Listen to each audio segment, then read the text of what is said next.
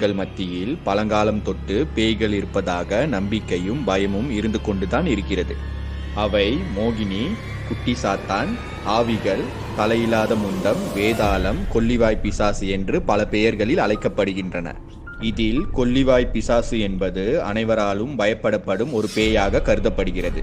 கொல்லிவாய் பிசாசு அல்லது கொல்லிவாய் வழி பிசாசு என்பது தமிழக நாட்டுப்புற மக்களிடையே நம்பப்பட்டு வந்த அமானுஷ்யம் அல்லது பேய் கதைகளில் வரும் ஒரு பேயாகும்.